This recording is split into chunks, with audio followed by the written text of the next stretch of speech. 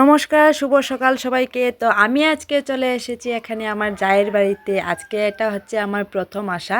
তো চলো এবার আমি চলে এসেছি। তো এখানে গেট যেহেতু বন্ধ আছে, চলো এবার দিদিকে ডাকা যাক।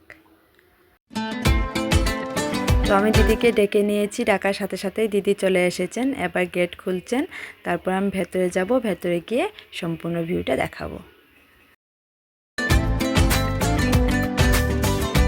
তো দিদিরা এখানে নতুন নতুন এসেছেন, এসে বেশ সুন্দর হয়েছে। এখানে রয়েছে তুলসী মন্দির, তারপরে এটা হচ্ছে তাদের ঘর।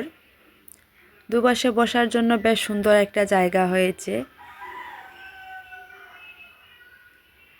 তারপর এবার আমি যাচ্ছি ভেতরে। ঘরে ঢোকার সাথে সাথে তারপরে আমি ঘরে এলাম। ঘরে এসে দেখলাম এখানে রয়েছে শিবম, আর সাথে রয়েছে আলো। আলো এসেই ও ড্রেস চেঞ্জ করে নিয়েছে, চেঞ্জ করে দাদার সাথে বেশ আনন্দে বসে খেলা করছে। তারপরে আমিও অনেক হেরান হয়ে যেহেতু এসেছি, এসে একটু বসবো কোথায়, আলো আমাকে বলে ও নিজেই বসে যাচ্ছে।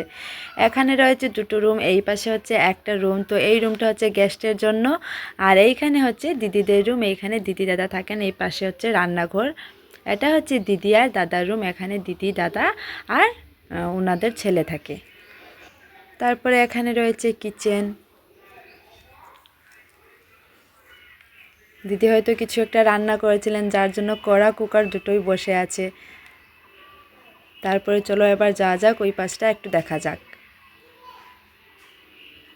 এখানে হচ্ছে আরেকটা রুম, যেটা হচ্ছে এটা গেস্টের জন্য। তো এই রুমেও একটা ড্রেসিং টেবিল রয়েছে। তার মধ্যে একটা কথা হচ্ছে, ওয়ালে প্রিন্টটা কেমন হয়েছে সবাই কিন্তু কমেন্ট করে জানাবে।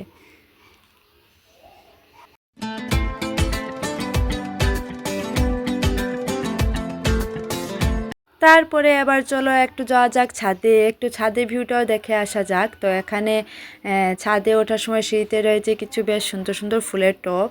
তারপরে আমি চলে যাব ছাদে, দেখে আসবো এক নজরে ছাদের দৃশ্য।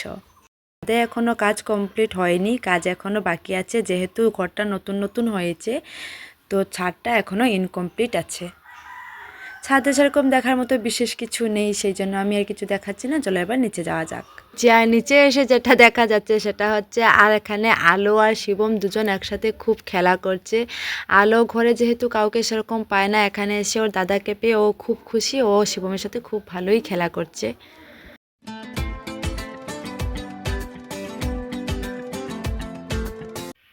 এখানে রয়েছে খুব সুন্দর একটা দিদিদের ফ্যামিলি ফটো ফ্রেম, সাথে এই পাশে রয়েছেন ঠাকুর। তো আমি আবারও চলে এসেছি নিচে, কিন্তু নিচে সেরকম দেখানোর মতো বিশেষ কিছুই নেই, যেটা আমি প্রথমে ঘরে ঢোকার সাথে সাথেই দেখিয়ে নিয়েছি। কিন্তু যে এই ঘরটা পুরোভাবে ভালো করে বাইরের দিকটা দেখানো হয়নি। তো এবার দেখিয়ে নিয়েছি। এই পাশে কিছু গাছপালা রয়েছে, সেরকম বিশেষ কিছু নয়। তো ঘরটা কেমন হলো, কেমন লাগলো সবার কমেন্ট করে অবশ্যই জানাবে।